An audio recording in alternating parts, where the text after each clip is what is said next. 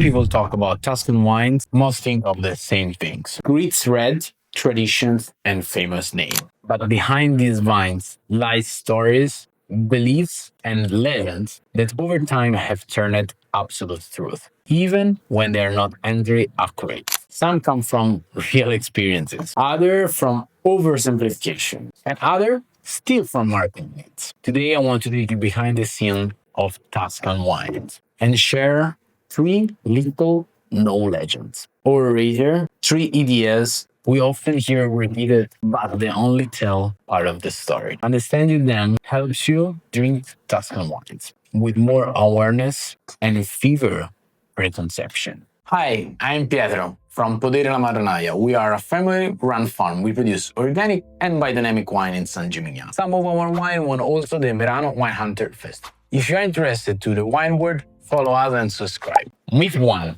Tuscan wine must be bold and tannic. One of the most widespread myths is that the Tuscan wine must always be powerful, tannic, and almost aggressive. This idea became especially strong during certain historical periods, when concentration and longevity were pursued at all costs.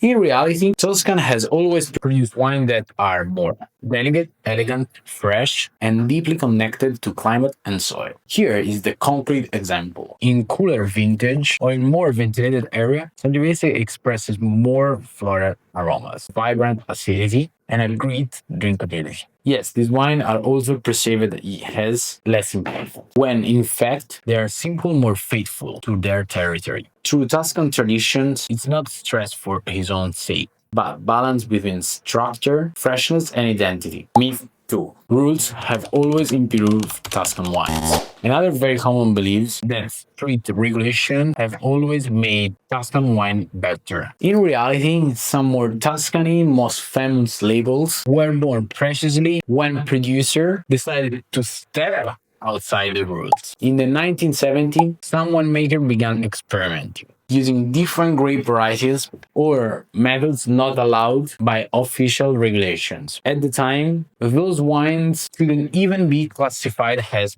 quality. They are wines under the rules. Yet, today, they are iconic. And for sure, you know it. They are the Super Tuscans. This happens because the land doesn't follow the rules. It responds to climate, soil, and human choices. Rules can provide directions, but when they become absolute limits, they risk distancing wine from its true expression. Myth 3. Tuscan wine, it's made in cellar. Perhaps the biggest myth of all is this one, that the Tuscan wine is made mainly in the cellar. The truth is that wine is born much earlier, in the vineyard. The cellar's role is to enhance and highlight the aroma, flavors, and structure typically of the production terroir. Here is a simple example. Two neighboring vineyards, same grape variety, same cellar. If one has a living soil and exhausted soil, the wine will be completely different. Climate, soil, exposure, and daily agriculture choices have far more impact than any technically apart layer.